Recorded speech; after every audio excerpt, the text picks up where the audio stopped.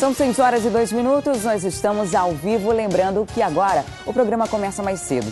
E como você já sabe, a sua participação é muito importante para a gente e é muito fácil interagir. Basta enviar uma mensagem de áudio ou vídeo para o nosso WhatsApp no telefone 99225-8767 com sua denúncia, flagrante, sugestão de reportagem. Você também pode entrar na nossa página no Facebook, que é Manhã no Ar, e deixar seu recadinho por lá.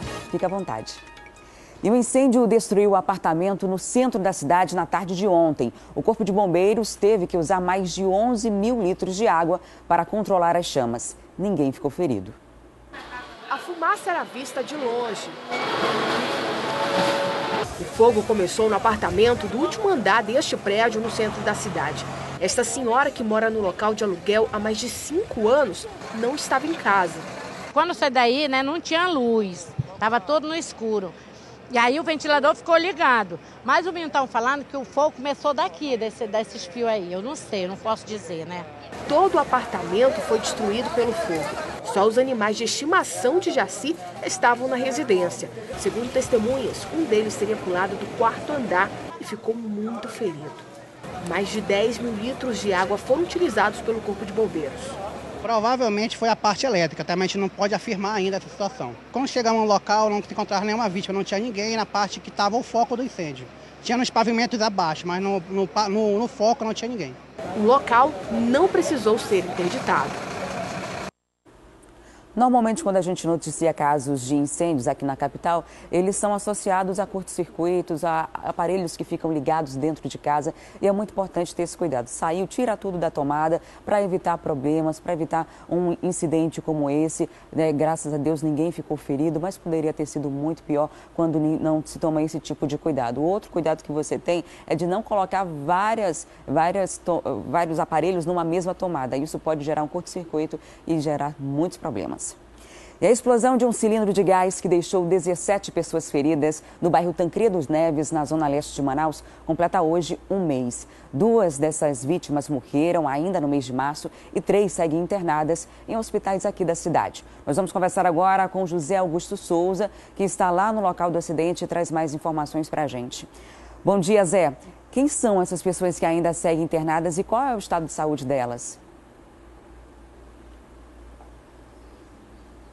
Bom dia, Adriane. Bom dia a todos. A Suzan, Secretaria Estadual de Saúde, divulgou uma nota com os nomes e o estado de saúde das 3 pacientes que seguem internadas passado um mês do acidente com o cilindro de gás. Eu tenho os nomes delas aqui. São a Marta Alziel Pereira, de 8 anos. Ela permanece internada no pronto-socorro da criança da Zona Leste, mas tem previsão de alta ainda para esta semana.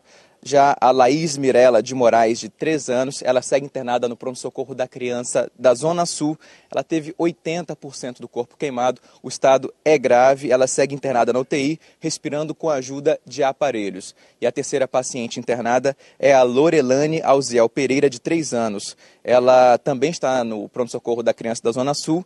Teve uma melhora no quadro clínico, já não respira mais com a ajuda de aparelhos, respira sem os aparelhos, mas segue internada na UTI. Esse acidente, como você bem lembrou, ele aconteceu um mês atrás, foi durante a troca de um cilindro de gás ali naquela empresa com o muro verde. O cilindro teria caído, isso rompeu uma válvula, o que gerou um vazamento do gás e as chamas atingiram até o fim da rua. A gente está aqui no exato local do acidente e o que a gente percebe é que algumas casas estão passando por reforma. Essa casa aqui foi muito atingida, não tem família morando aqui, só alguns seguranças tomando conta do material de construção para, enfim, evitar qualquer tipo de problema. E o que a gente percebe ainda, eu queria que o Domingos mostrasse, o único sinal de que realmente houve um acidente aqui é essa luminária do poste, ó, que mostra ainda o impacto causado pelas chamas aqui no local do acidente. Volto com você, Adriane. José, eu imagino que deve ser bem difícil a reação aí das pessoas depois desse acidente. Viver no mesmo local, muitos deles ficaram feridos. Quem não ficou ferido tem um amigo, tem um conhecido, tem um familiar que está passando por esse problema. E a rotina, aos poucos, vai se restabelecendo, mas eu imagino que o local ainda é muito triste, né? Exatamente. O que a gente percebe aqui é que as pessoas estão voltando pouco a pouco à rotina do que acontecia antes do acidente, né? Houve toda uma comoção na época, os alunos e professores de uma escola que fica aqui próximo se mobilizaram para poder recolher roupas, alimentos, enfim, para as pessoas que perderam, né? Foram 17 pessoas feridas, né? Fora os dois adultos que morreram por conta, infelizmente, desse acidente, mas realmente pouco a pouco as pessoas vão retomando suas vidas. Quem precisou ser retirado daqui e está recebendo ajuda pela empresa de gás, reclamou da falta de auxílio, de alimentação, inclusive, mas a empresa negou, disse que a ajuda está sendo paga da maneira correta, sem nenhum problema. É o que a gente percebe por aqui, mas o que a gente percebe nesse momento é que a rotina segue e as pessoas estão, pouco a pouco, retomando suas vidas. Ok, obrigada pelas informações. As duas vítimas que morreram nesse acidente são mulheres e tiveram praticamente todo o corpo queimado. E a onda de violência na cidade continua. Na noite de ontem, infelizmente, um homem foi morto com 4 tiros no Alvorada 2 enquanto caminhava na rua. Um absurdo. Os familiares lamentavam a morte do rapaz. William Ramos Cidade, de 23 anos, foi alvejado por 3 disparos, que atingiram o ombro, as costas e cabeça. Segundo testemunhas, 2 homens que estavam em uma motocicleta chamaram a vítima pelo nome antes de atirar. Provavelmente trata-se de um acerto de contas, né? 2 indivíduos numa moto o abordaram lá na Rua 4, né? Chamaram pelo nome. Ele, quando olhou, eles tiveram a certeza que tratava-se do William, né? E efetuaram 4 disparos a queima-roupa. William tinha saído do regime semiaberto. Ele cumpria a pena por tráfico de drogas e roubo. Já tinha passagem pela polícia, né? Ele já tinha sido condenado ao artigo 157 e também era dependente de drogas, né? O crime vai ser investigado pela Delegacia de Homicídios. Um homem armado invadiu e assaltou uma casa lotérica que fica lá no bairro Colônia Antônio Aleixo, na zona leste de Manaus. O crime ocorreu na tarde da última terça-feira e o suspeito conseguiu fugir levando o dinheiro. De acordo com o dono da loteria, o assaltante teria levado uma quantia de R$65 mil. Até a manhã de ontem, ele ainda não havia sido preso. Qualquer informação sobre esse caso, o número de denúncia da polícia é o 190. Depois de 3 latrocínios na última terça-feira aqui em Manaus, as autoridades de segurança resolveram fazer um alerta. A recomendação é tentar manter a calma sempre e ficar atento ao comportamento das pessoas ao nosso redor. Qualquer reação pode acabar em morte durante um assalto. No início da tarde, depois de sacar dinheiro em um banco, o vendedor Edivaldo Matos estava em um posto de gasolina quando foi abordado por 2 assaltantes em uma motocicleta. Pega a filha dele no distrito, na fábrica, para tirar um dinheiro. Aí para ir na concessionária tirar um carro. E agora eu recebo a notícia que aconteceu essa fatalidade. Edivaldo teria reagido à abordagem dos bandidos. Depois de tiros na perna e na cabeça, o vendedor morreu. O segundo latrocínio registrado pela polícia na terça-feira foi do universitário Júnior Diniz, o Mr. Amazonas Tour 2015.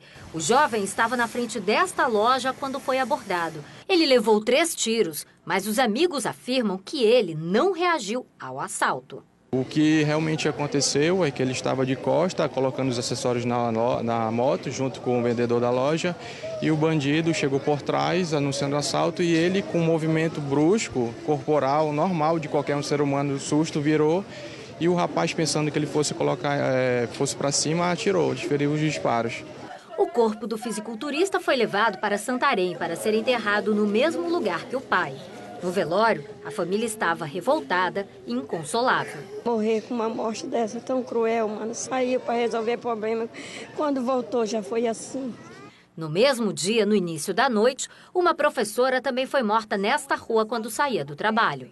Todo dia acontece arrastões por aqui de motoqueiros. Quando dá entre 11h30 e 5 horas da tarde, ele espera as crianças e as mães vindo da creche, dos colégios aqui, passarem por aqui para eles poderem atacar as pessoas indefesas. A Escola Estadual Raimundo Gomes Nogueira, que fica no bairro Ajuricaba, na zona centro-oeste de Manaus, amanheceu fechada. Aqui na porta, a gente encontra um aviso. Não haverá aula no dia 6 de abril nos 3 turnos, motivo falecimento da professora.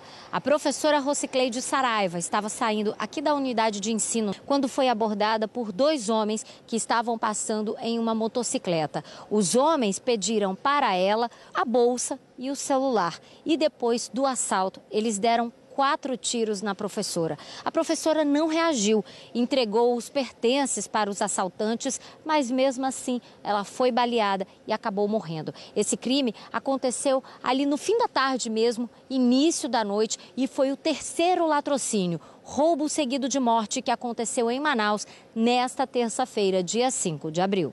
A Secretaria de Segurança Pública tem certeza de que são casos isolados. O secretário executivo de Operações considerou as mortes uma fatalidade. Ele explica que, por menor que seja, qualquer reação da vítima durante um assalto pode levar o bandido a dar o tiro. Nessas horas, é preciso redobrar a calma para evitar uma perda maior. A gente orienta que tente manter o máximo da calma. Foi abordado, não esboça relação nenhuma, movimento nenhum, não procure segurar os objetos, uma bolsa. Entregue porque é um patrimônio que não vale a sua vida. Então não adianta esboçar nenhuma reação. O comandante da PM está bem empenhado nisso por determinação do secretário de Segurança e reforçando aí cada vez mais, procurando reforçar o policiamento ostensivo também.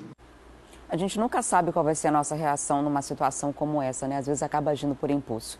A Polícia Militar também orienta a não discutir ou tentar conversar durante o assalto. Outra orientação é não olhar diretamente para o assaltante, porque isso é visto como uma ameaça. Esse tipo de ocorrência pode ser registrado na delegacia mais próxima. Qualquer dúvida, ligue para o 190.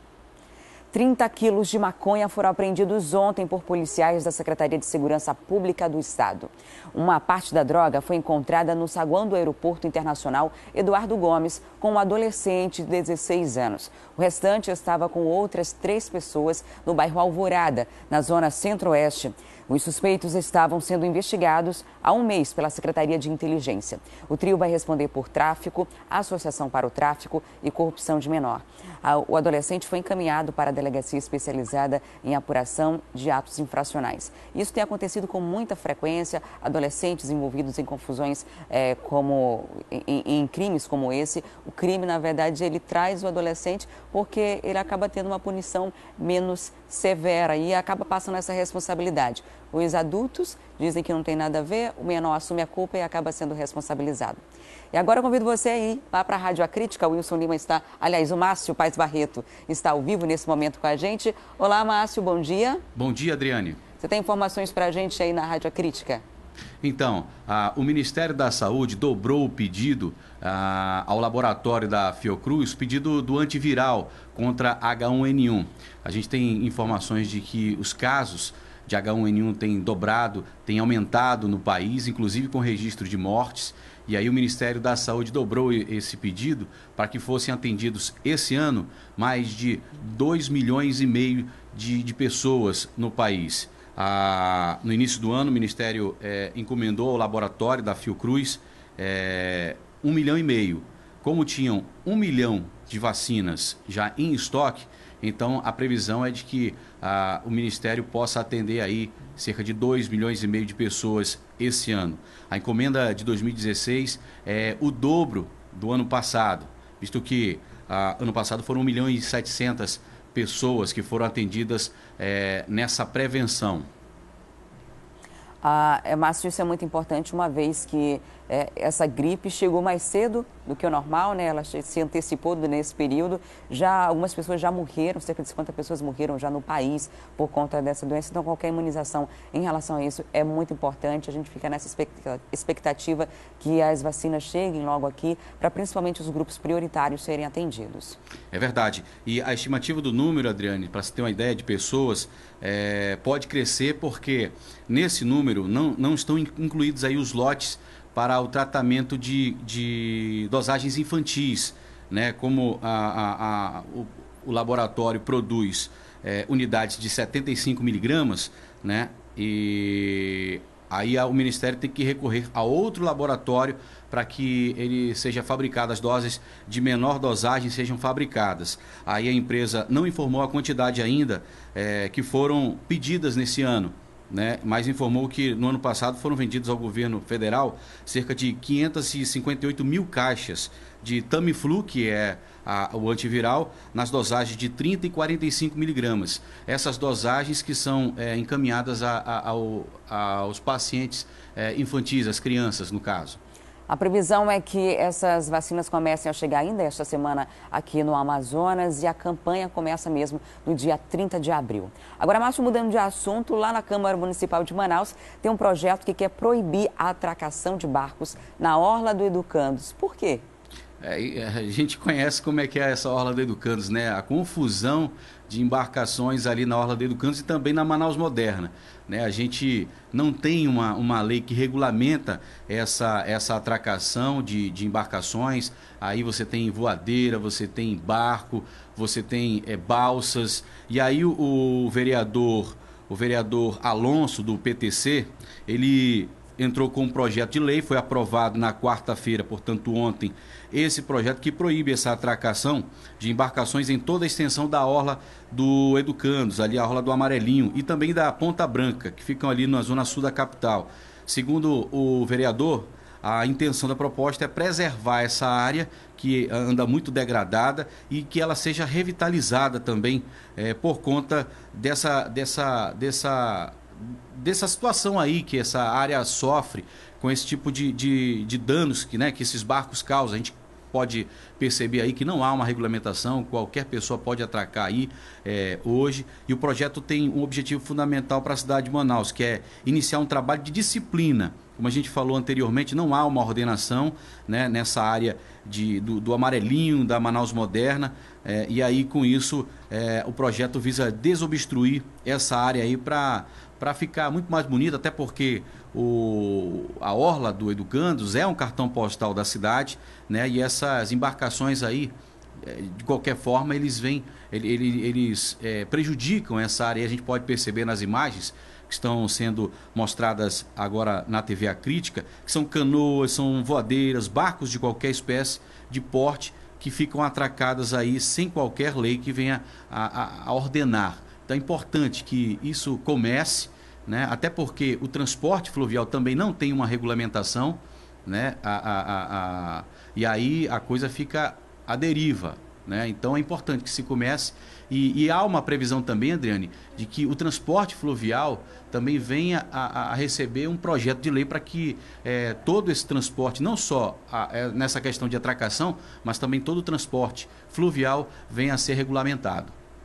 Ok, Márcio, obrigada pelas informações. Ainda falando sobre a orla do Educandos, o problema, além da questão estética e estrutural também, é a falta de fiscalização. Uma vez que não se tem controle de quem chega, de quem sai, pode chegar muita coisa ilícita por ali, então é preciso ter atenção e o projeto já foi aprovado na Câmara, segue agora para a aprovação do prefeito, para a sanção do prefeito Arthur Neto. Obrigada, Márcio. Até daqui a pouco a gente volta ao vivo com a Rádio A Crítica. Até mais, Adriane.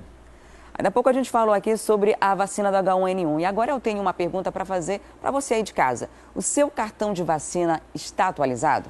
Olha, se não tiver, é bom dar um pouco mais de atenção a isso. Além de prevenir e manter a imunização em dia, a caderneta de vacinação atualizada também é importante para garantir um emprego. Muitas empresas e até cursos profissionalizantes exigem que esteja tudo em dia.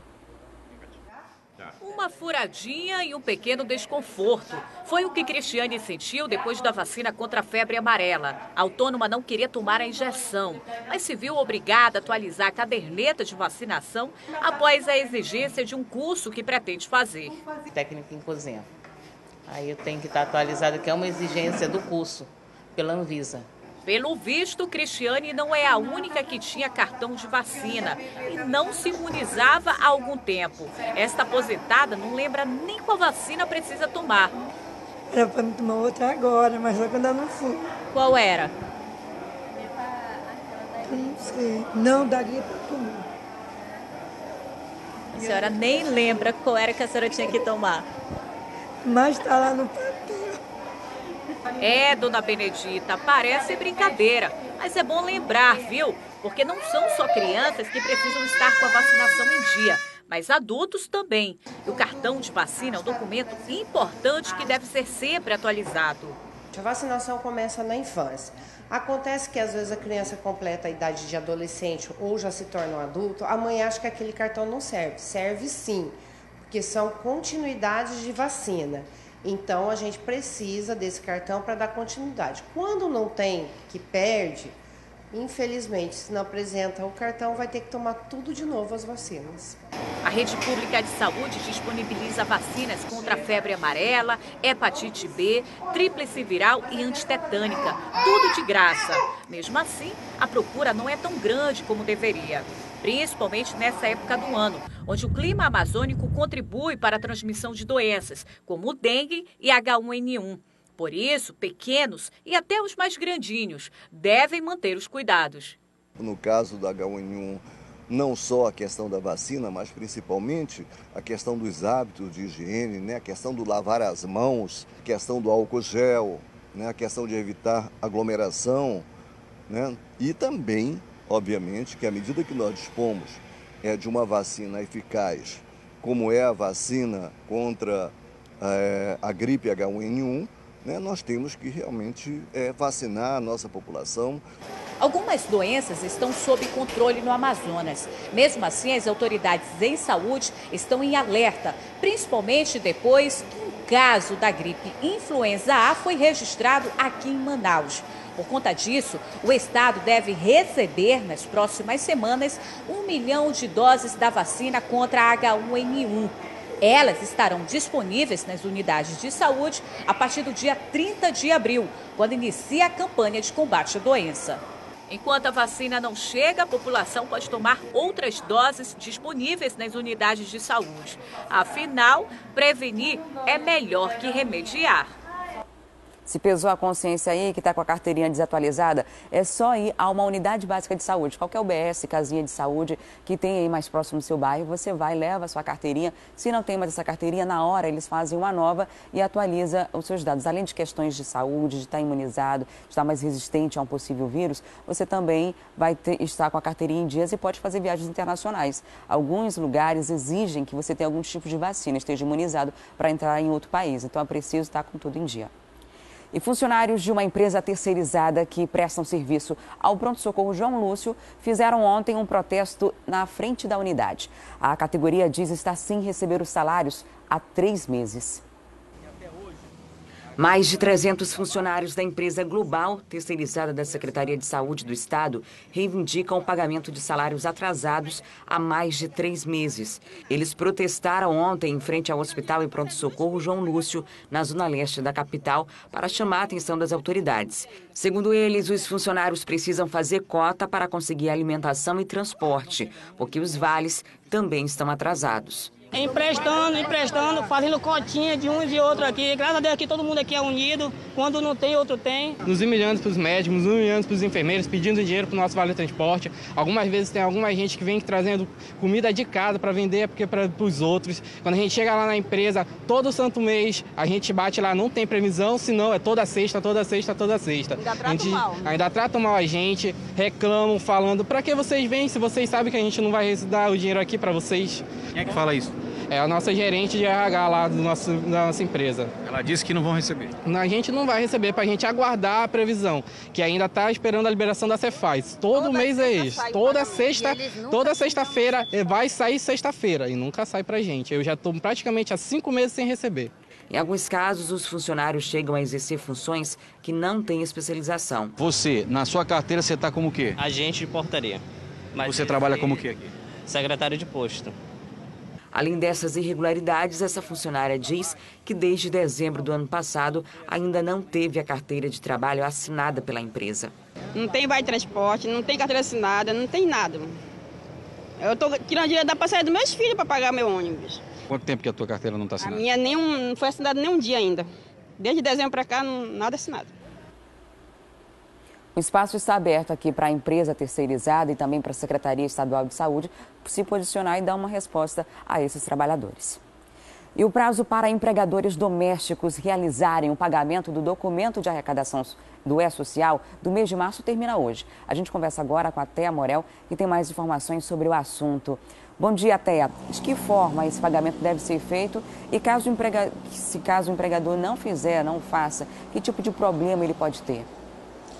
Bom dia, Adriane. Bom dia a todos. Bem, os problemas que os empregadores podem ter são muitos, desde o pagamento de multa até serem obrigados pela Justiça Trabalhista a pagar todos os encargos para aquele empregado doméstico durante todo o período em que ele trabalhou para a pessoa. Para fazer esse pagamento, hoje em dia, é muito fácil. O governo federal simplificou esse processo e criou a guia simples para o empregador doméstico. É possível entrar no site esocial.gov.br e fazer aí a entrada de todos os dados, imprimir essa guia e depois você só chega no banco e faz o pagamento dessa guia. Essa guia já contém aí, Adriane, todos os tributos, todos os encargos que o trabalhador, precisa ter recolhidos por parte do patrão. Esses encargos incluem aí o FGTS, que é o Fundo de Garantia, e outros impostos. Existe uma taxa, por exemplo, que o empregado deve ter descontado do seu salário, mas existe uma taxa também que é o empregador que deve pagar para o governo federal. O governo federal, inclusive, estima que 810 mil guias já tenham sido pagas somente agora, no mês de março, E o Simples Doméstico veio realmente para simplificar as coisas, Desde outubro do ano passado foi estabelecido esse sistema, tem esse site que é explicativo e que, além de ajudar o empregador na hora do recolhimento desses impostos, fazer uma guia unificada, pagar tudo de uma vez, não ter que recolher vários tipos de impostos separadamente, também ajuda no momento da demissão. Se ele quiser demitir aquele empregado doméstico, ele tem lá todas as dicas e tem também todos os valores esmiuçados, detalhados sobre como é possível fazer essa demissão. Quando você demite qualquer tipo de empregado, aqui no Brasil, por exemplo, você tem que pagar 1/3 de férias, você tem que pagar o valor relativo a alguns impostos que ficam sendo devidos em relação ao tempo trabalhado pelo empregado doméstico, e agora isso tudo acaba sendo simplificado pelo E-Social. Foi uma ferramenta que o governo federal acabou criando desde o ano passado e que incluiu muita gente, aumentou bastante o número de empregados domésticos com a carteira assinada. Adriane. Obrigada, Thea, pelas informações. E o assunto agora é economia. Se você costuma ir ao supermercado, já deve ter percebido que os produtos estão cada vez mais caros, isso desde o começo do ano. Nessas horas, é preciso ter muita criatividade para conseguir levar tudo que se precisa para casa sem estourar o orçamento. Eu fui atrás de algumas dicas para te ajudar durante as compras. Vamos ver. A expressão comprar a preço de banana há muito tempo deixou de significar algo barato. Na verdade, a banana vem liderando a alta dos preços dos alimentos, segundo o Diese. No mês passado, subiu mais de 30%. A explicação dos supermercados para o aumento desse e de outros produtos hortifruti é a época de safra. Eu acho que a gente pode ver aí o problema do clima, que há grandes mudanças que afetam não só a plantação ou a colheita, mas afeta também a logística para tirar o produto de certa localidade que às vezes está com problema. Isso faz com que o produto fique mais caro por ter menos produto para uma safra menor para vender, então isso, uma demanda grande, acaba subindo o preço. Este economista acrescenta que o Amazonas sente mais o peso desses aumentos por causa da localização. Nós temos aí a questão de transporte, que está ligado diretamente ao preço de combustível, ou seja, uma série de fatores, a demora para chegar ao produto, a oferta menor que a procura, e isso também ajuda no preço final, ou seja, a tendência é que a gente consiga pagar mais caro do que o restante do Brasil. E pelo andamento da atual situação econômica do país, vai ser preciso esperar. E já que em alguns casos não tem jeito, nós vamos acompanhar a dona de casa nas compras da semana para saber como manter uma alimentação adequada e ao mesmo tempo fazer economia. E a gente para aqui no meio de um dilema. De um lado, o limão, que está de quase R$5, e do outro lado, a cebola. O que faz? Dá para cozinhar sem a cebola? Dá para reduzir e dá para substituir. Alguns pratos você pode substituir pelo alho, que ele é bem mais concentrado, de sabor mais forte. E aí, se você está acostumado a fazer um arroz, que você às vezes só faz com cebola, outras só fazem com alho, às vezes usa os dois produtos, põe o alho e a cebola porque quer um arroz bem temperado. Não usa cebola, usa o alho, E assim vai tentando ver os pratos que dá para se adequar. Se dá para não usar, não usa, porque quando a gente não usa um produto, quando a gente deixa de comprar, a tendência é baixar. E assim ela segue pelos corredores, em busca de alternativas ou promoções. Quando encontra desconto, leva mais de um. Quando não, tenta substituir. A banana prata de R$ 8,00, por exemplo, deu lugar à nanica, que apesar de não ser tão saborosa, custa menos de R$ 3,00 o quilo. No caso do feijão, que subiu cerca de 10%, a dona de casa vai usar a criatividade. Nós temos o nosso feijãozinho regional, que é o feijão branco, que está com um preço bem mais em conta também. Ele não é muito utilizado, mas no momento de crise, a gente tem que usar das ideias, das boas ideias. E aí é tentar fazer esse feijão de forma com que a família se agrade, para mim poder economizar e não perder o valor nutritivo que eu vou oferecer para minha família. Aos poucos, o carrinho vai enchendo, mas não tanto como antes. Apenas de acordo com aquilo que pode ser adquirido. Acho que é uma questão de ideias, né? Das donas de casa usar das suas boas ideias e como elas, além de temperar bem seus alimentos, o maior tempero é o amor mesmo para servir para a família delas, né? Haja amor em tempo de crise, né?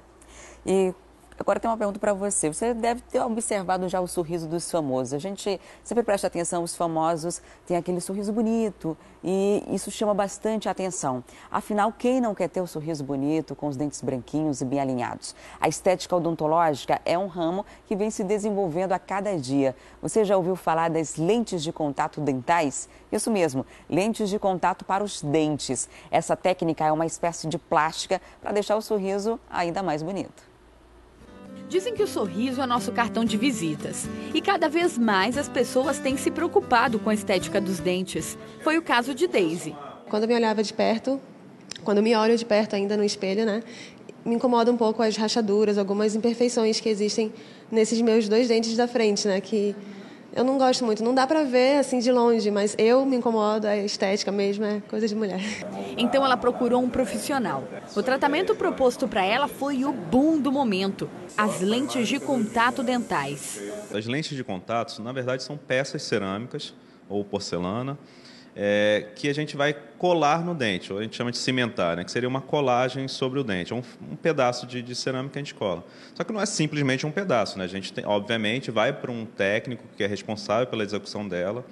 Ele é baseado nos preceitos estéticos e aí a gente faz quando o paciente tem alguma alteração de forma, de cor, que queira mudar o seu sorriso, a gente consegue, com o mínimo de desgaste, fazer essa colagem dos fragmentos ou das peças cerâmicas. Uma das razões das lentes de contato estarem em alta é que esse é um procedimento que quase não agride os dentes, ou seja, um tratamento conservador. Além disso, é indicado para dentes escurecidos ou com manchas. Também dentes desgastados ou com pequenas fraturas, desalinhados ou até com pequenos espaços entre eles. O procedimento da colocação das lentes é simples e, em média, leva 2 meses para ser finalizado. O paciente vem ao consultório, né, faz um planejamento inicial, manda para o técnico, e aí o técnico nos manda a peça pronta para cimentar. Então é um tratamento que dura de 1 a 2 meses no máximo, né, para ser realizado. O preço das lentes de contato varia de acordo com a quantidade de dentes que o paciente precisa fazer. Mas o valor geralmente fica entre R$ 1.500 e R$ 2.000 por dente. Mas existem tratamentos mais em conta para quem quer cuidar do sorriso sem gastar tanto.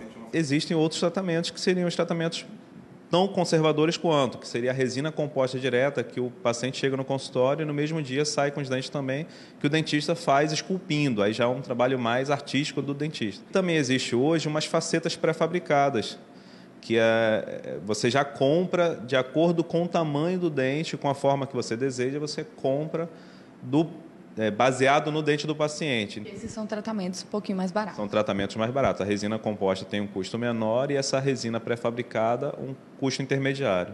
Daisy ainda está na fase inicial e em dias deve colocar as lentes, mas já espera para poder sair sorrindo à toa por aí. Com certeza, poder olhar no espelho, né, e me agradar mesmo dos meus dentes, não ver mais essas rachaduras que me incomodam tanto. E você já ouviu falar do Parlamento Jovem? Esse é um programa que proporciona a jovens do ensino médio uma jornada na Câmara dos Deputados em Brasília. Se você é estudante e ficou interessado em participar, as inscrições para esse projeto já estão abertas. Quem traz mais informações é a Thea Morel. Thea, quantas vagas foram disponibilizadas e como é que faz para participar? Olha, Adriane, para participar é muito fácil. Existe um e-mail que foi disponibilizado pela Secretaria de Estado de Educação e com esse e-mail, todos os jovens que têm entre 16 e 22 anos, que fazem parte da rede estadual pública de saúde e que estão cursando segundo ou terceiro anos do ensino médio, podem participar. E aí estamos incluindo todos os jovens, inclusive do interior.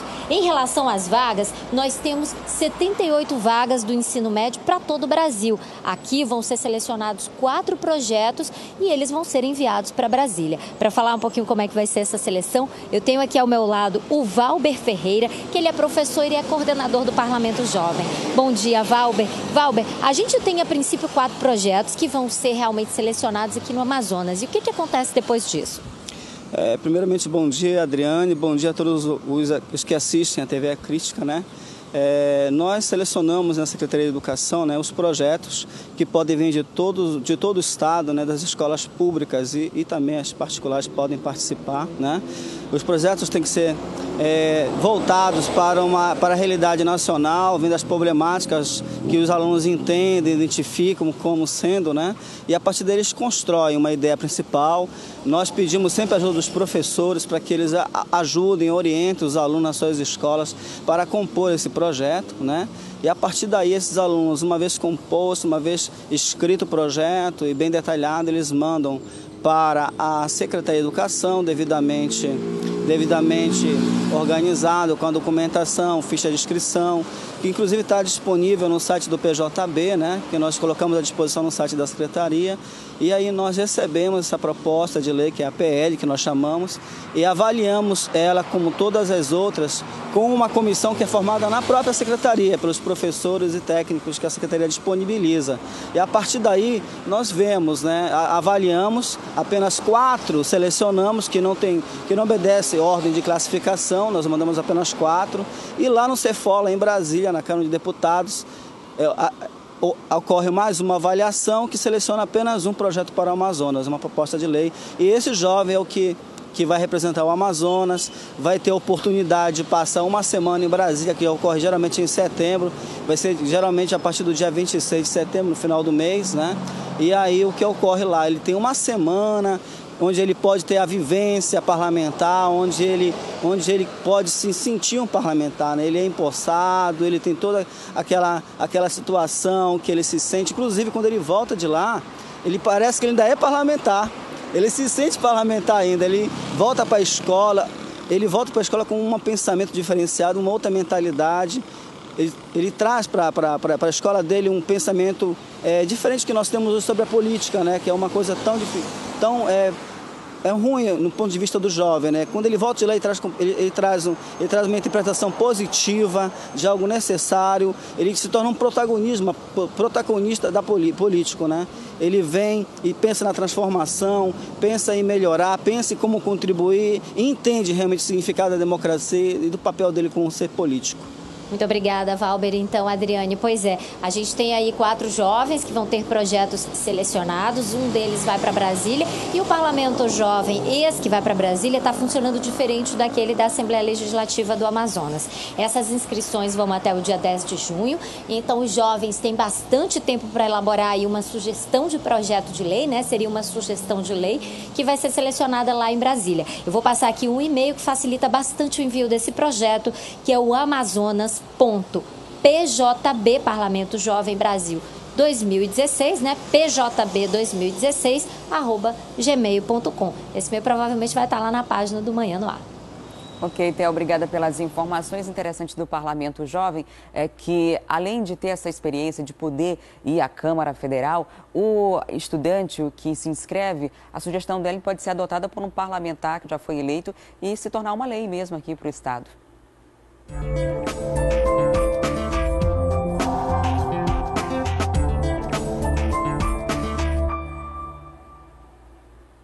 Amanhã é o Dia Mundial de Combate ao Câncer e no quadro Mais Saúde de hoje a gente fala sobre esse assunto. Nós vamos mostrar agora a história de 2 mulheres que enfrentam o problema com muita coragem. Uma delas faz tratamento com a pílula do câncer, o método mais polêmico discutido hoje no Brasil. A reportagem é da Carol Queiroz e do Carlos César. Este sorriso há 5 anos atrás era raro na vida de Suzana. 19 de julho de 2011, um dia inesquecível para ela. Eu levei para o médico ver, aí quando chegou lá ele falou, você vai ter que fazer uma biópsia, porque não está normal. Aí eu fiz uma biópsia, aí levei para ele ver. Quando cheguei lá ele disse que eu tinha câncer e eu tinha que viajar. Nessa hora que ele falou isso, eu acho que não senti nada nos meus pés, chão. Porque foi muito triste. Aí eu fui para casa, triste. Ele queria até me deixar em casa porque eu não estava em condições de ir, né, para casa. Eu fiquei muito nervosa, não estava em condições de ir para casa.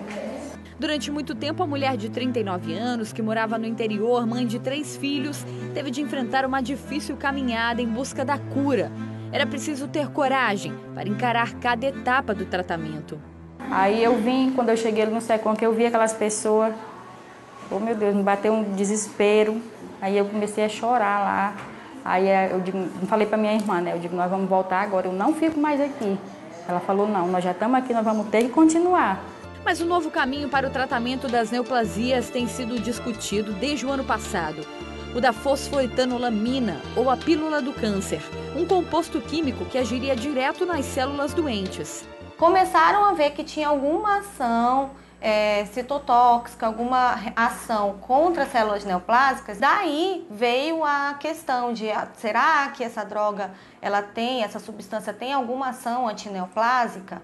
Que aí que começou essa história toda da pílula anticâncer, né? Desde que foi descoberta por cientistas da USP, a Universidade de São Paulo, a substância que seria capaz de curar o câncer vem causando polêmica. O suposto medicamento chegou a ser distribuído, mas teve a comercialização suspensa pela falta de comprovações da eficácia do composto. Mesmo assim, em todo o Brasil, muita gente conseguiu na justiça o direito de receber e usar a fosfoetanolamina. Como pode uma pílula, uma substância única, causar a cura do câncer, sendo que câncer são milhares de doenças diferentes, né, que agem geneticamente de formas diferentes, tem molecularmente uma história diferente.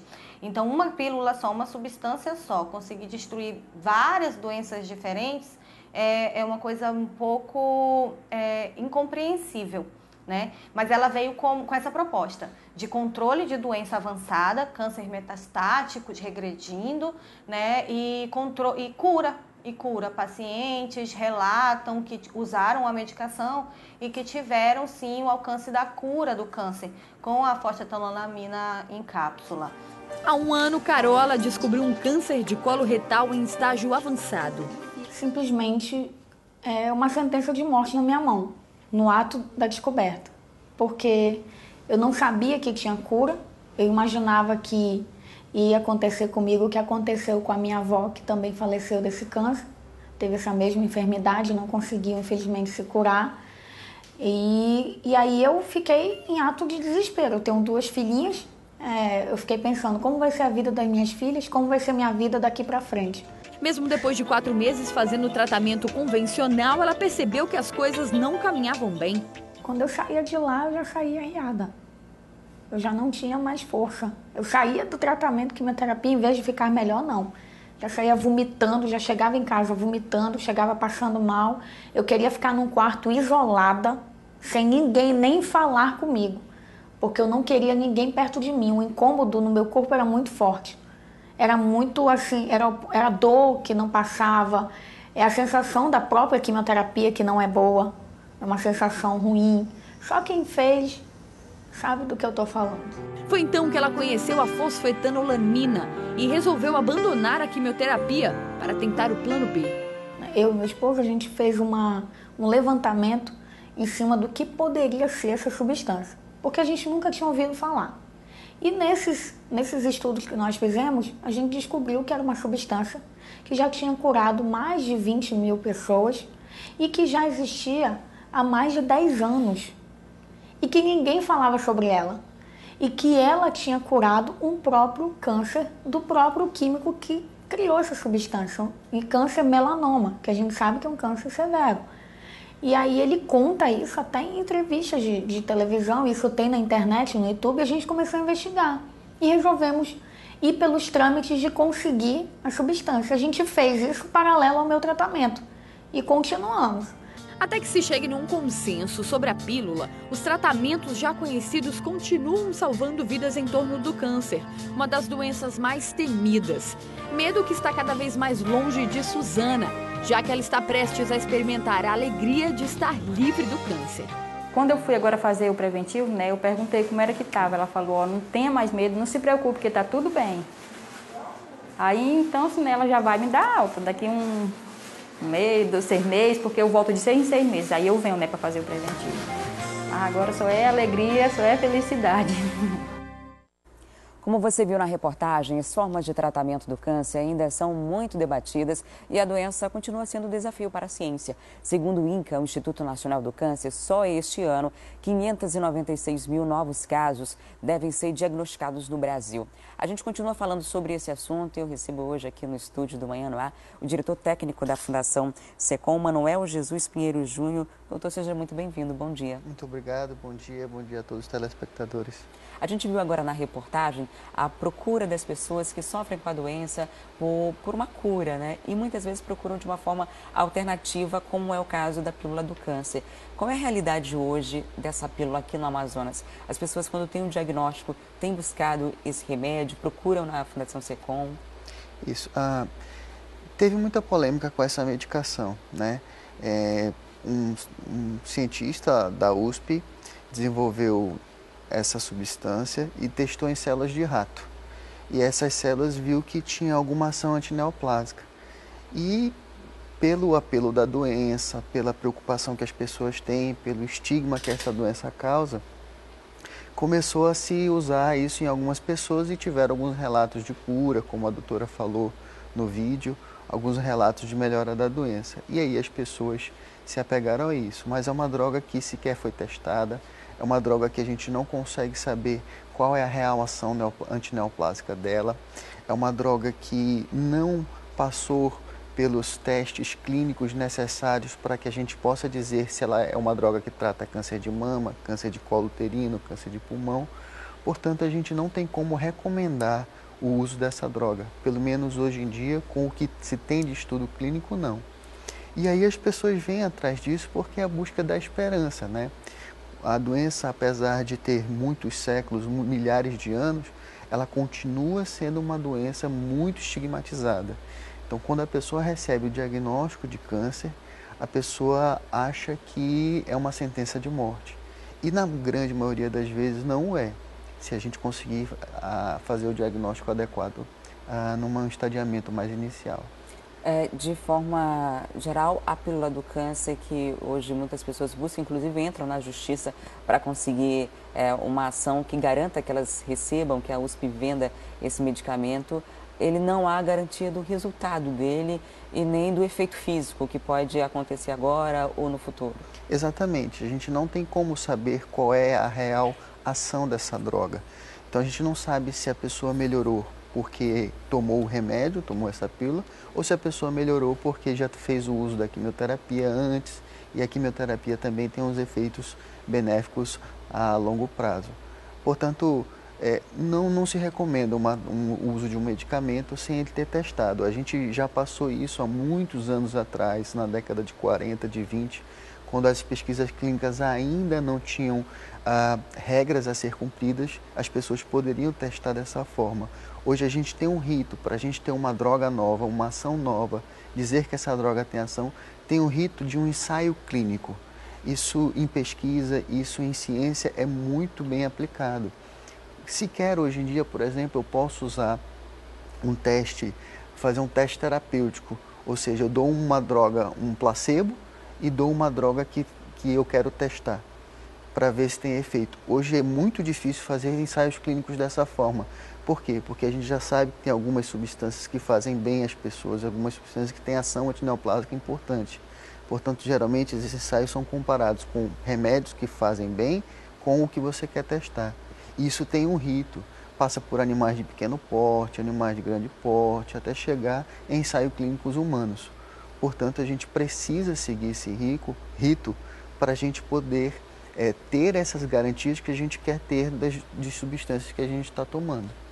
Aqui no Amazonas, no ano passado, de acordo com o Ministério da Saúde, 301 pessoas morreram por conta de câncer, né, de vários tipos de câncer. Aqui os mais comuns são câncer de colo de útero, tem também o câncer de próstata e de pele, até mesmo por causa da nossa região. Doutor, qual é a realidade desse ano? A gente já tem como fazer um balanço, tem muitos novos casos aparecendo ou reduziu isso? Esse ano a gente faz geralmente as estatísticas trimestrais, então está terminando a estatística desse primeiro trimestre e aí a gente tem os resultados geralmente em junho disso daí. O que a gente percebe é que a incidência mantém-se relativamente igual ao que os outros anos, aos anos anteriores, né? A gente vai ter cerca aí de 520, a estimativa do INCA é 520 casos de câncer de próstata esse ano, uns 480 de câncer de mama e mais uns 500 e poucos casos de câncer de colo uterino. Essa é a nossa estimativa. E pelo que a gente tem atendido lá no hospital, a gente tem visto que essa estimativa vai ser mantida. No Brasil, o câncer que mais incide nas mulheres é o câncer de mama. Aqui no Amazonas a realidade é diferente, aqui é o câncer de colo uterino. E é um tipo de câncer que dá para se prevenir, né? Desde que se faça o exame preventivo, que é feito na rede pública de saúde.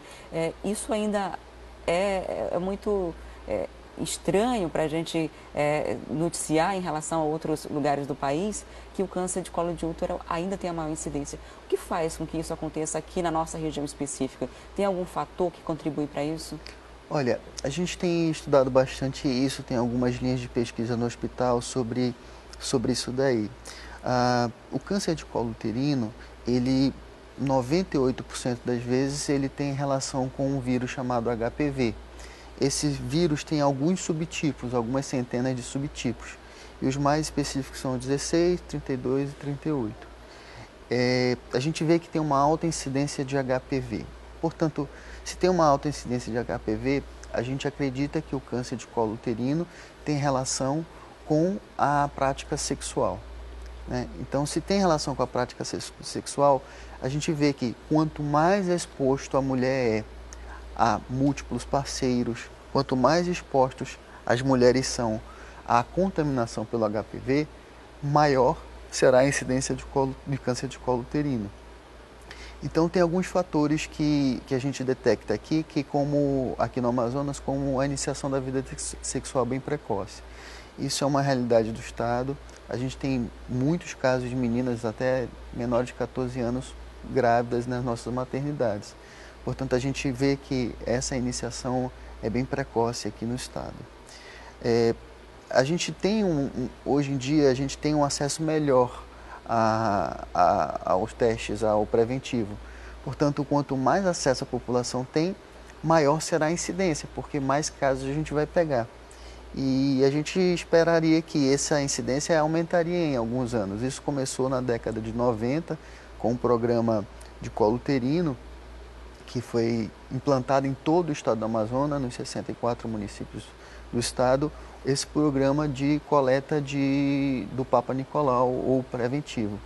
E a gente saberia que isso poderia aumentar.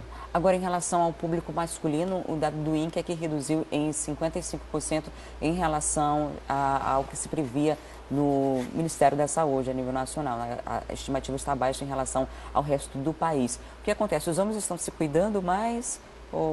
Ou existe uma campanha de orientação, de prevenção?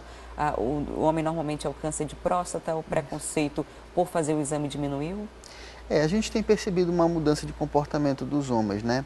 Essas campanhas que têm sido feitas nos últimos anos, a gente tem percebido que os homens têm se cuidado mais. Quando a gente está falando de câncer, quando a gente está falando de prevenção, na verdade o que a gente quer dizer é que está se fazendo o diagnóstico mais precoce, né? Então, o câncer é uma alteração genética, uma alteração no DNA, causada por uma série de fatores externos, vírus, contatos com o meio ambiente, enfim, o microambiente celular que muda e aí essa célula tem a capacidade de se perpetuar. Portanto, o que a gente tem achado é que os homens têm procurado um pouco mais se cuidar e o diagnóstico está sendo bem mais precoce. Hoje, qual é o principal desafio da Fundação SECOM? Quais seriam as limitações? Porque a Fundação não atende só o Amazonas, né? Acaba atendendo os estados vizinhos também, pessoas que vêm fazer tratamento aqui. Exatamente. Então, você acabou de falar uma das nossas limitações, né?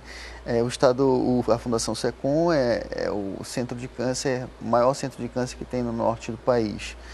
Então, todos os pacientes assim do oeste do Pará, Rondônia, Roraima, Amapá, Suriname, Guiana Francesa, até do Haiti, vêm se tratar aqui no SECOM. Portanto, a gente tem uma capacidade mais limitada do que o público que a gente atende.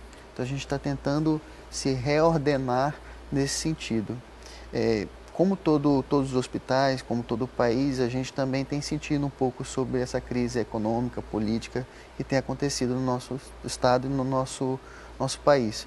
Portanto, a gente tem passado por algumas dificuldades, mas são dificuldades que a gente tem conseguido superar com a boa vontade, com o profissionalismo dos profissionais que trabalham lá dentro e com o amor que a gente tem para tratar essas pessoas. Você imagina uma pessoa que já vem com o estigma de uma sociedade, de uma doença ruim, já tem uma condição social não tão favorável. Algumas pessoas vêm do interior do estado só com a roupa do corpo e com a mala e com a esperança de ser curado no hospital. Sequer tem lugar para ficar aqui. Então a gente tem dado uma atenção especial sobre esses pacientes. Quem precisa do atendimento da Fundação SECOM, como funciona para chegar até lá? Primeiro passa por uma avaliação de um clínico em uma outra instituição, vai com encaminhamento, pode ir direto lá? A pessoa que já tem um histórico familiar, por exemplo, como funciona o acesso à Fundação? Bom, o acesso à Fundação, geralmente é um acesso terciário, nós somos um hospital terciário. Portanto, na grande maioria das vezes, as pessoas procuram a Fundação com o diagnóstico já, né? Então, você faz o diagnóstico na rede, por exemplo, na rede você tem o exame preventivo e dá uma neoplasia maligna do colo uterino. E aí você é encaminhado à Fundação. Lá tem um setor de triagem que vai passar pela triagem da enfermeira, uma triagem de médico e aí você vai começar o tratamento. A gente precisa fazer um parêntese, apenas 10% dos cânceres, de uma maneira geral, eles são relacionados à carga genética, ou seja, a uma herança hereditária. Então, 90% das vezes, isso é uma doença esporádica, que a gente chama. Uma série de fatores combinando e combinaram nessa doença. 10% são genéticos. Então, naqueles casos das pessoas que têm história familiar, elas têm uma tendência, elas têm uma probabilidade de ter essa doença, mas não quer dizer que ela vai ter, né? Então, nessas pessoas, a gente tende a fazer exames mais precocemente. E aí, provavelmente, se essa pessoa já tem um parente lá, a gente acaba fazendo o encaminhamento adequado para a rede do Estado. Doutor, muito obrigada por sua visita, por ter participado aqui da nossa entrevista e esclarecido os nossos telespectadores sobre um tema que é tão difícil, às vezes é até difícil de falar. As pessoas desconhecem muito como funciona o tratamento e quando houver o diagnóstico não precisa se desesperar, né? Existe uma rede de tratamento que vai dar um auxílio. Exatamente, eu agradeço a oportunidade. Eu acho que falar dessa doença, quanto mais a gente falar, mais a gente vai desmistificar ela. Quanto mais a gente botar pessoas falando sobre ela, mais a gente vai ter um resultado positivo no diagnóstico precoce, que é o que a gente está buscando. Obrigada. Obrigado. E agora falando de casos de polícia, a polícia prendeu ontem mais de 300 quilos de droga, um fuzil e granadas no ramal do Brasileirinho. Quem traz as informações sobre essa apreensão é o José Augusto Souza. Zé, alguém foi preso durante essa ação policial? É muita droga, né?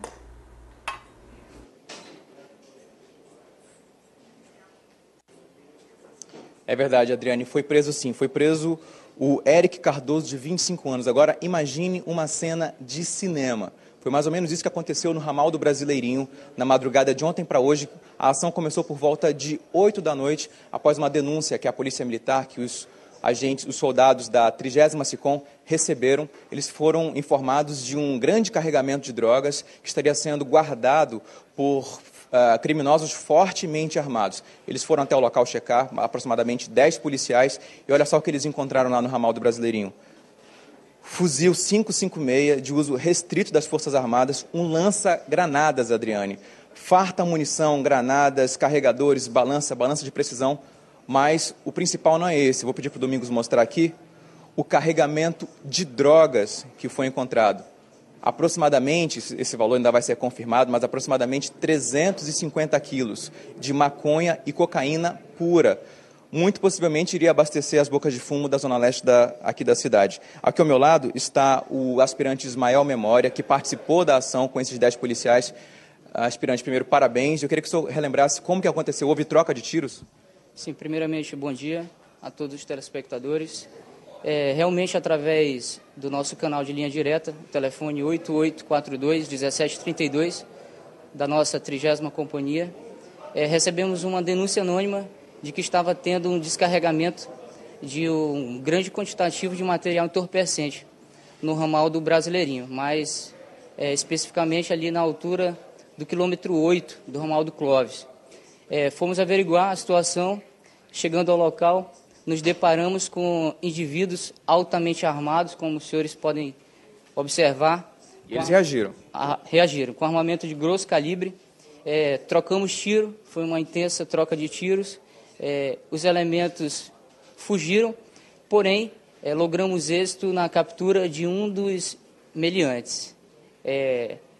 Após uma pesquisa, o mesmo informou onde essa droga estava sendo condicionada.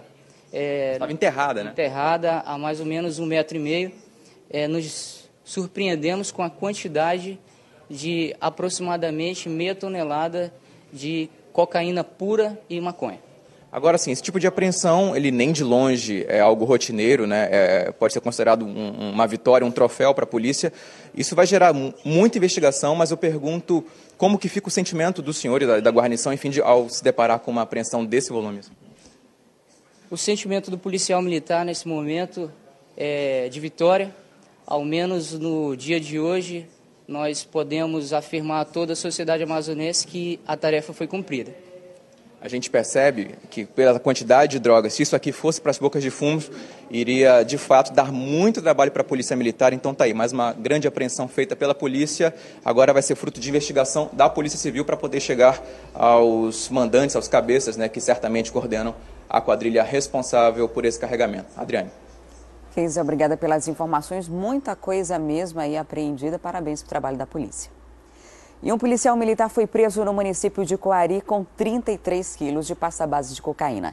De acordo com a polícia, o entorpecente estava com o cabo Cildes Romero Lopes dos Santos, de 44 anos. Ele foi preso em flagrante após uma operação conjunta entre as polícias civil e militar. Segundo o delegado da cidade, o PM teria apreendido a droga durante uma abordagem a um barco no porto do município, mas não apresentou o acusado e nem o entorpecente na delegacia.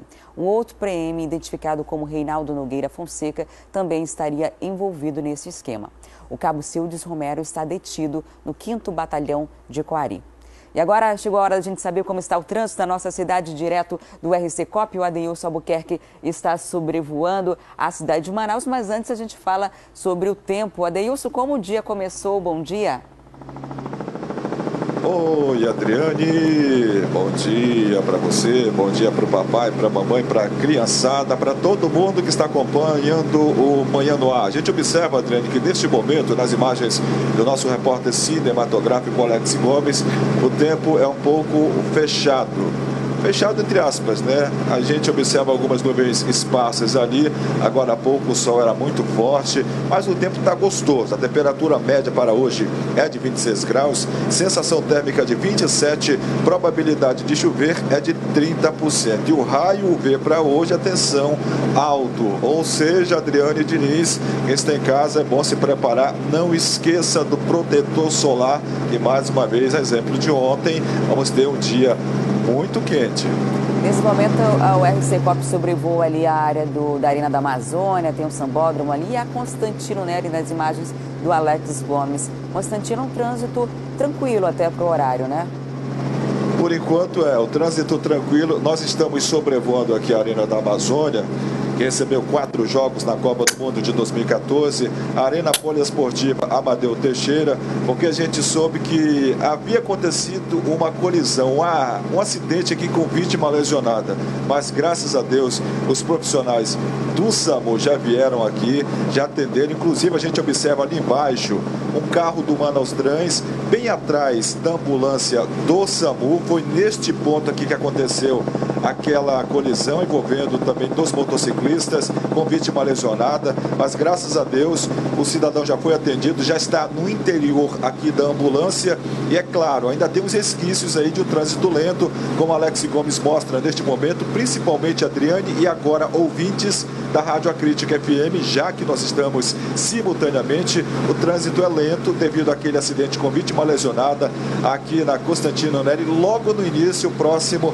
da Arena Poliesportiva Amadeu Teixeira. E é claro, o condutor que sai da Torquato Tapajós já tem que ter um pouco de paciência, os resquícios causam exatamente esta lentidão, mas está fluindo, com um pouquinho de paciência, o condutor consegue passar ali o cruzamento da Constantino Neri com a Lores Cordovil em direção ao centro da nossa cidade. Apesar desta lentidão aqui, em alguns pontos, a Constantino Neri se faz como melhor opção ainda para quem sai da Torquato Tapajós em direção ao centro da nossa cidade.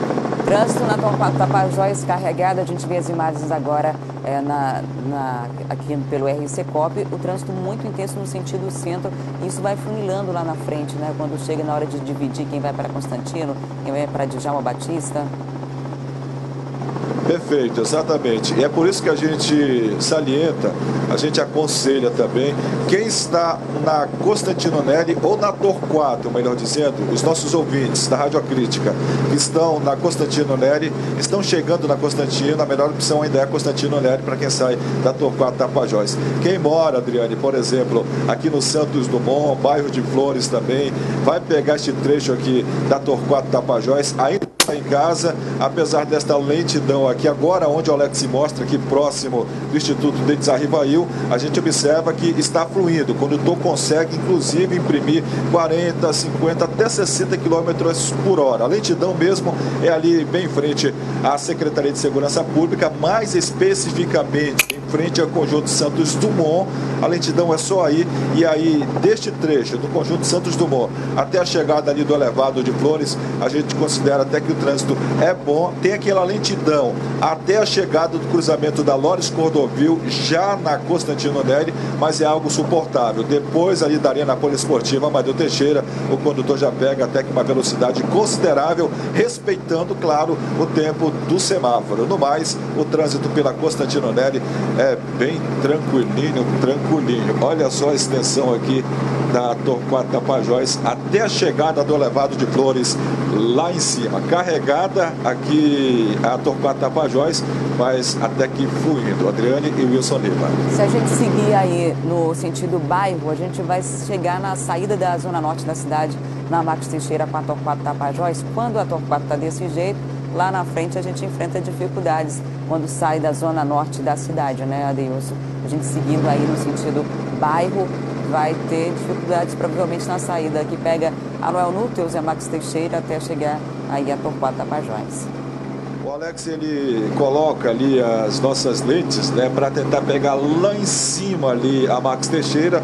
A gente entende, tá aí, ó, que quando o condutor sai da Max Teixeira, a estrada da Cidade Nova, ele vem até aqui com velocidade, como a gente observa, pegando até 60 km por hora, mas a partir do momento que ele faz ali aquele contorno para subir aqui para a Torquato Tapajós, aí já tem que ter um pouco mais de paciência, mas é algo suportável, com certeza, até que o trânsito não está assim parado, aquele trânsito de trazer dor de cabeça para os nossos ouvintes ou telespectadores, não. Está um trânsito até que suportável, até porque o trânsito é atenção e não precisa a gente também sair imprimindo 70, 80 km por hora, desrespeitando a legislação. Então o trânsito está bom sim para quem sai da Max Teixeira em direção ao centro aqui pela Torquato Tapajós, e a gente aconselha mais uma vez, saiu da Torquato, pegue a Constantino Neri, que o trânsito é muito mais tranquilinho se a gente comparar com a Djalma Batista e a Mário Piranga Monteiro. Ok, Adeilson, obrigada pelas informações. Até daqui a pouco com os detalhes do trânsito. E agora a gente faz às 17 minutos. Fique atento ao horário para não perder o compromisso do dia. Eu convido você a acompanhar as notícias direto do RC Cop. A gente vai voltar lá para cima com a Adeilson Albuquerque. Está em outro ponto da cidade. Olá, Adeilson. Estamos... Jorge Teixeira. É isso? Exato, pegando aqui o lado do Jorge Teixeira, nós estamos aqui ao lado do Terminal 4, na zona leste da capital do Amazonas, como Alex mostra. Por aqui é a Avenida Camapuã, nos dois sentidos, centro e bairro, bairro-centro, o trânsito é bom, um pouco mais intenso aqui na bola do produtor. Olha só como o trânsito está intenso. Ali do lado direito é para quem vem lá do Jorge Teixeira, do João Paulo, da Avenida Itaúba, trânsito intenso. Um bom dia para todo mundo que mora no João Paulo, Jorge Teixeira, aqui para o lado também do São José. Para quem desce aqui a Itaúba em direção à Feira do Produtor, trânsito intenso. O mesmo também acontece para quem vem da Cidade de Deus, na zona norte, em direção à zona leste da capital do Amazonas. Aqui no lado esquerdo é para quem vem ali do distrito em direção a Camapuã ou em direção aqui à Cidade de Deus. Aqui na bola do produtor, a gente observa que apesar do trânsito intenso, mas está fluindo sem dúvida nenhuma aqui na rotatória. Só um pouco de paciência é o que a gente pede para o condutor. E aproveita também, Adriane, para deixar um bom dia para todos os feirantes, os locatários aqui da Feira do Produtor, esses cidadãos que saem cedo de casa, que ralam exatamente para tentar trazer um pouco aí da nosso trabalho primário, né, do interior, para colaborar com o dia a dia da nossa cidade. É a zona rural trazendo sempre muitos benefícios para a nossa capital amazonense. A gente observa mais uma vez que o trânsito é intenso, mas fluindo, paciência só que o condutor tem que ter na manhã de hoje. A gente olha um pouquinho aqui de cima, na extensão da Avenida Grande Circular, o trânsito também, mais uma vez, a exemplo de ontem, até que é bem tranquilinho, na saída principalmente da bola do produtor em direção aqui à zona leste da capital do Amazonas. Aí são 7 quilômetros, é isso, Adeilson, de extensão à Avenida Altais Mirim, conhecida como Grande Circular? Pouco mais de 7 quilômetros, né? Pouquinho mais de 7 quilômetros, considerando inclusive lá em cima a Avenida Itaúba, até mais ou menos ali o São José, o Terminal 5. Isso porque, assim como nós somos atletas, você também é atleta, quem acompanha também o Manhã no Ar em Casa é atleta, sempre faz seu exercício físico. Eu já tive a oportunidade de correr aqui uma competição, né? E aí eram 7 quilômetros mesmo, neste trecho que compreende lá em cima o finalzinho da Avenida Itaúba até a chegada ali da maternidade Ana Braga. Então são pouco mais de 7 quilômetros até o prolongamento da Altais Mirim, chegando ali na Avenida Buriti. Então um pouquinho mais de 7 quilômetros, e a gente considera mais uma vez que o trânsito, respeitando e já considerando também o tempo de semáforo, até que é bem tranquilinho, uma ótima opção sem dúvida nenhuma. Aqui a Avenida Altais Mirim, a Grande Circular, para quem sai da Zona Norte, para quem vem, por exemplo, do Núcleo 9, quem vem lá da Cidade Nova pela Noel Núteos, passando ali pela Camapuã em direção aqui ao Distrito Industrial, ou também para quem sai do João Paulo, Jorge Teixeira, e para quem vem também da Cidade de Deus em direção ao Distrito Industrial. A gente sempre chega aqui a este ponto aqui próximo ao Shopping Grande Circular também, está sendo completamente reformulado, trânsito bom por aqui,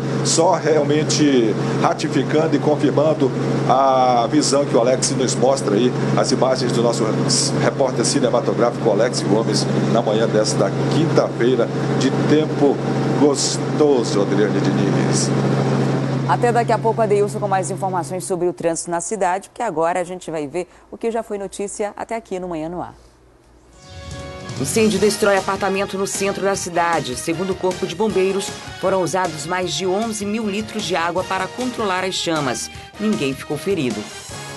Homem é assassinado no bairro Alvorada. Ele caminhava pela rua quando foi abordado por 2 homens em uma motocicleta. Segundo a polícia, William Ramos Cidade, de 23 anos, foi atingido por 3 tiros e morreu no local. O crime vai ser investigado pela Delegacia de Homicídios.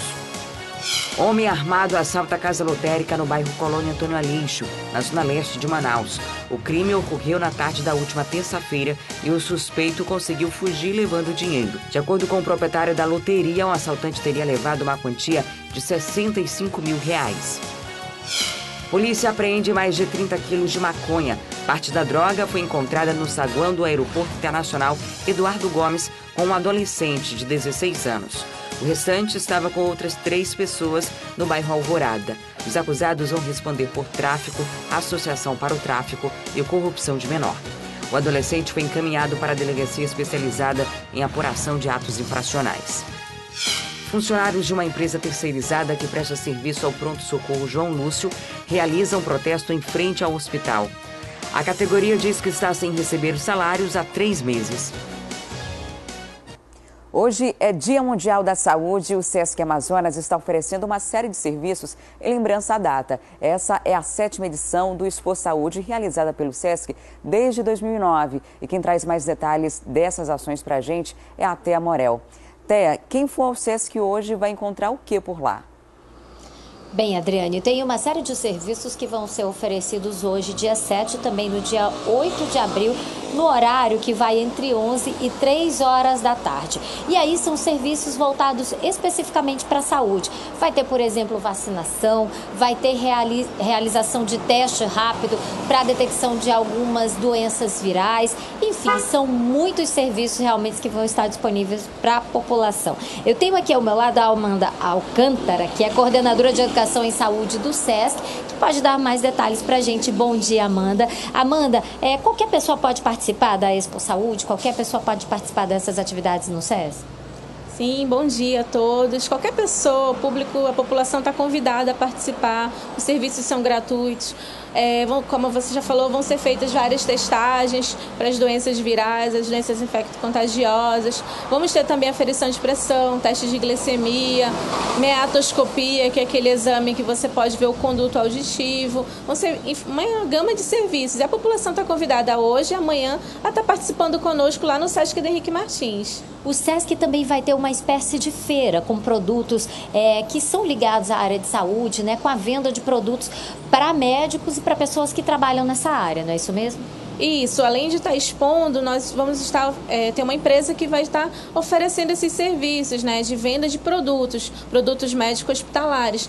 E também vale citar aqui que a gente vai estar fazendo uma aula de reanimação cardiopulmonar. Vai ser um desafio para leigos, para as pessoas que nunca tiveram a oportunidade de treinar de como salvar uma vida. Nós também vamos estar oferecendo esses dias lá no Sesc. É uma coisa que a gente sempre vê nos filmes, mas ninguém nunca sabe como fazer de verdade, né? Amanda, me fala uma outra coisa também. Tem aqui uma programação sobre cuidados com a pele, meio-dia. Vocês vão estar oferecendo isso para as pessoas também entenderem um pouquinho de estética? A estética também faz parte de saúde, né? Isso. Na realidade, nós vamos oferecer alguns kits dermatológicos, protetores solares. Vamos fazer orientações também no horário de meio-dia. Então, assim, está todo mundo convidado a vir também aprender a cuidar um pouquinho da sua pele, né? A tratar, a se prevenir, já que a nossa cidade é muito quente, tem o sol. Então, assim, vão ser alguns cuidados com a pele. Bom, então é isso, Adriane, uma programação bem vasta, bem ampla, bem variada. Quem estiver passando ali pelo centro da cidade, quiser dar uma paradinha no Sesc, não paga nada. Todas essas atividades já vão começar a ser expostas ali no hall do Sesc da Henrique Martins, né? E vale a pena participar, já que hoje é o Dia Mundial da Saúde, né? Existem muitas maneiras da gente cuidar da nossa saúde e algumas delas vão estar lá. Adriane. Ok, Thea, obrigada pelas informações. De fato, uma ótima oportunidade. E agora nós vamos voltar ao vivo com Adeilson Albuquerque, ele está lá sobrevoando a cidade. A gente vai conferir agora as informações dele. Adeilson está em que parte agora?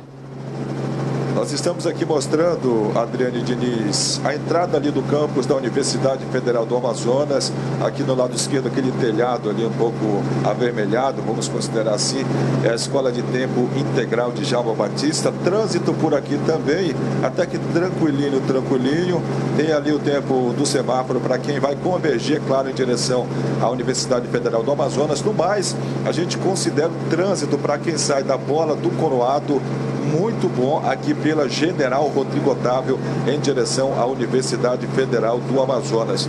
Nós passamos, Adriane, ali pela Avenida Altasmirim, passamos também sobrevoando ali a Bola da Samsung.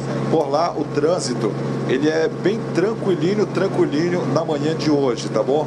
É uma ótima opção, sem dúvida nenhuma, para quem sai da Zona Leste em direção ao centro da nossa cidade, ou então também para quem sai da Zona Norte em direção ao centro por lá. Por aqui o trânsito é um pouco mais intenso, principalmente na descida ali da Bola do Coroado em direção ao FAM, mas é algo também até que bem...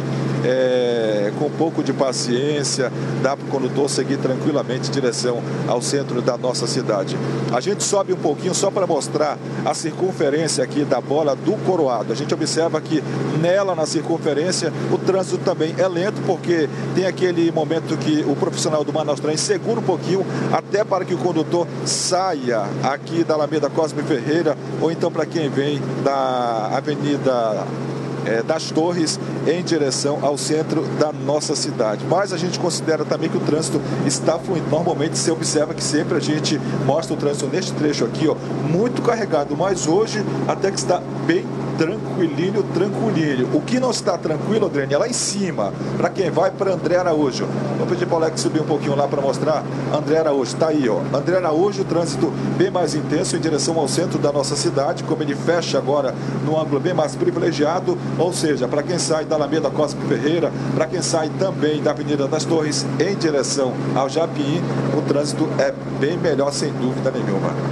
Então aí na Bola do Coroado a dificuldade mesmo no momento é só para quem segue pelo André Araújo. Nas outras avenidas ali para Efigênio Salles, Rodrigo Otávio, Alameda Cosme Ferreira, tranquilo nesse momento. Perfeitamente.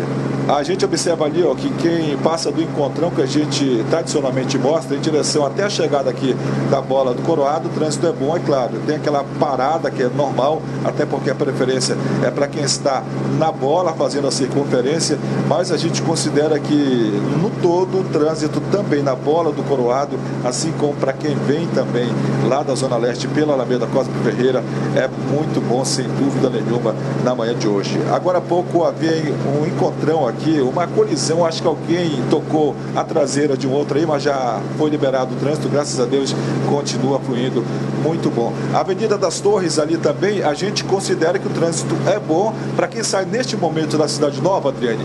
Quem está pensando, será que a gente pega a Avenida das Torres até a Bola do Coroado? Sim, é uma ótima opção, porque a gente observa que tem espaços entre os carros na chegada aqui do encontrão com a Alameda Cosme Ferreira. Então a gente considera também que o trânsito em toda a extensão da Avenida das Torres até a chegada do encontrão é uma ótima opção para quem sai da Zona Norte. Normalmente a gente sempre pede para o condutor evitar a Avenida das Torres, mas hoje não, dá uma maravilha a Avenida das Torres. A lentidão, mais uma vez reitero, é só na chegada aqui da Alameda Cosme Ferreira, até porque é o encontrão tradicional que a gente mostra. Mas está muito bom o trânsito na Avenida das Torres, na Alameda Cosme Ferreira também, e um pouco lento na chegada da Bola do Coroado. Ok, Adeilson, obrigada pelas informações de trânsito. Um ótimo dia para você e toda a equipe. Até amanhã. Em nome de toda a nossa equipe, até amanhã, Adriane. E a manchete do Jornal A Crítica de hoje é os dias cruciais de Dilma. Quem conta pra gente os destaques da edição é o André Alves. Vamos ver.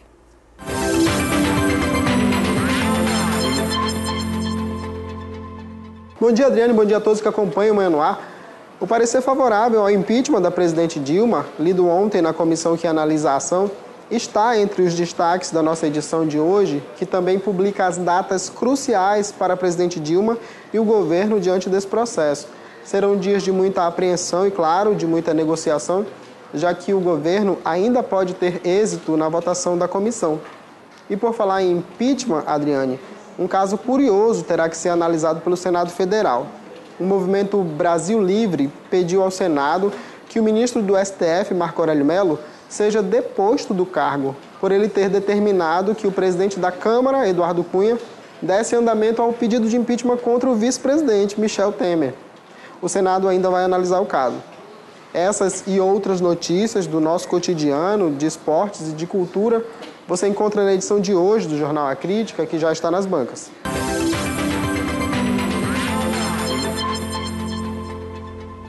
Como Como o André lembrou, você pode conferir essas e outras notícias comprando o jornal A Crítica nas bancas ou como jornaleiro. Se preferir, pode fazer a assinatura e receber o jornal em sua casa. Lembrando que, além do jornal, o assinante ganha o cartão A Crítica Prêmio, que é um cartão de vantagens. Com ele, os leitores assinantes têm acesso a descontos nos melhores estabelecimentos comerciais de Manaus, além de benefícios em eventos culturais. A assinatura pode ser feita através do telefone 3643-1010. E agora a gente continua falando sobre política nacional, só que agora com o Wilson Lima, lá na Rádio A Crítica. Olá, Wilson Lima, bom dia. Sua mensagem de texto. Opa, bom dia, Adriane. O Wilson está ao vivo na 93.1 FM, a gente falava ainda há pouco sobre política e a gente continua falando sobre isso com você. Pois é, ontem a gente acompanhou com muita expectativa o voto do relator da comissão do impeachment, o deputado federal Jovair Arantes, que é do PTB.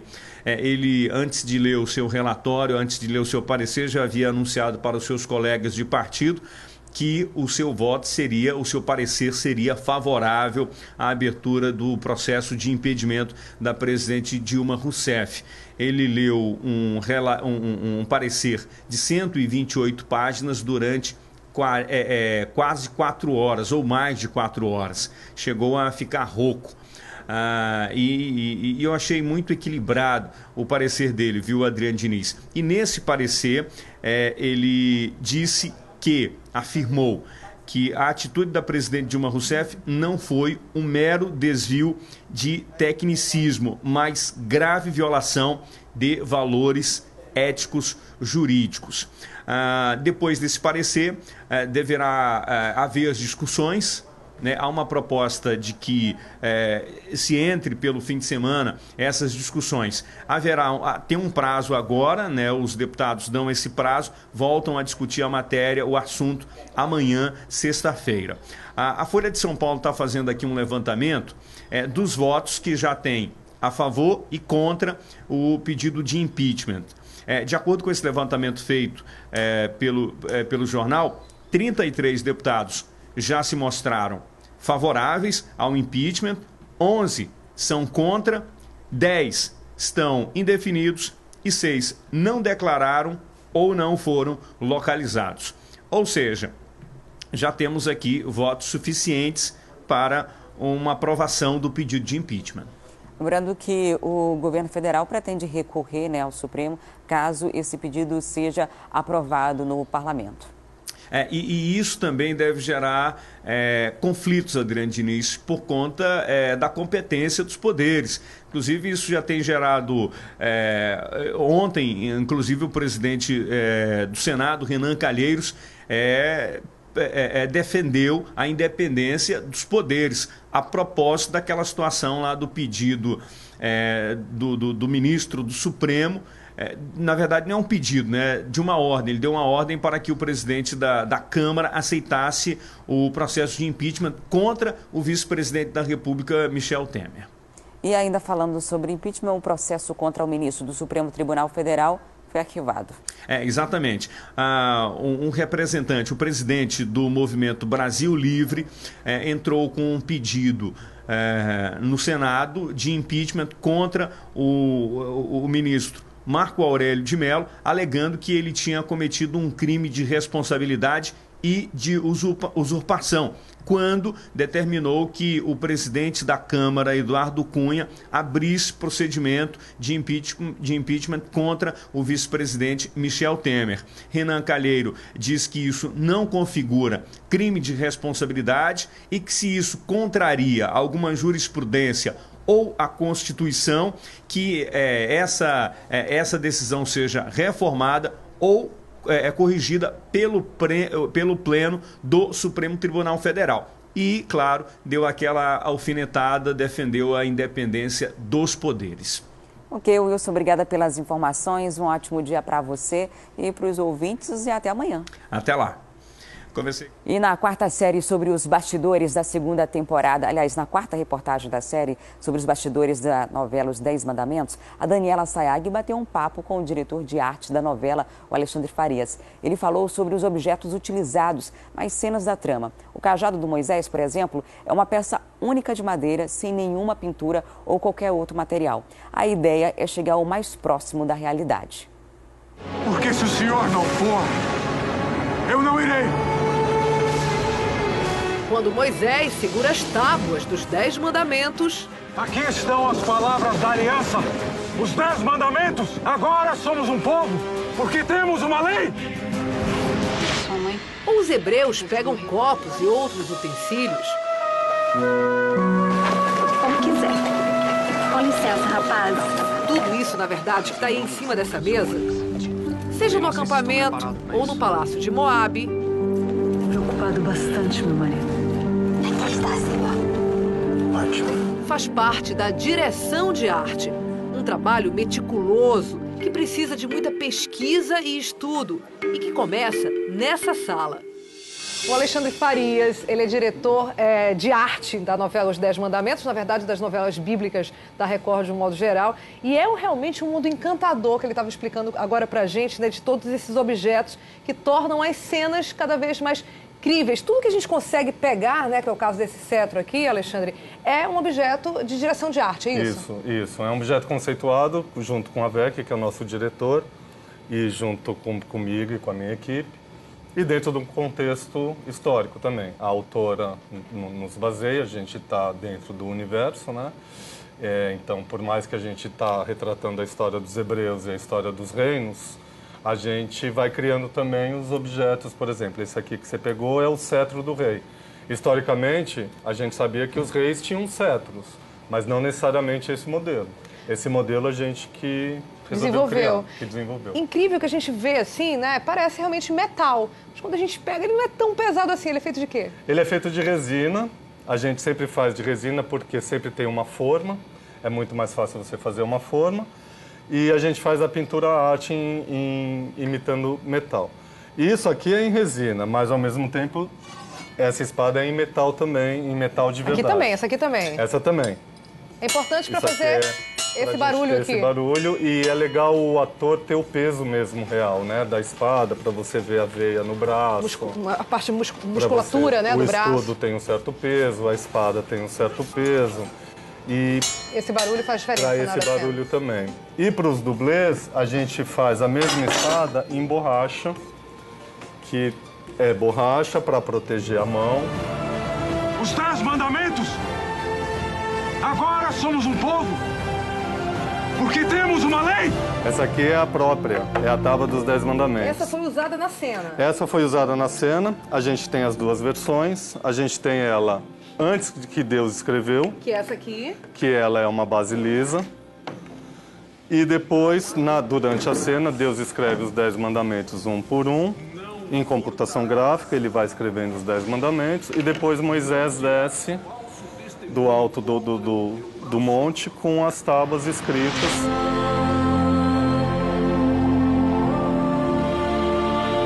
É agora o Senhor, Miriam.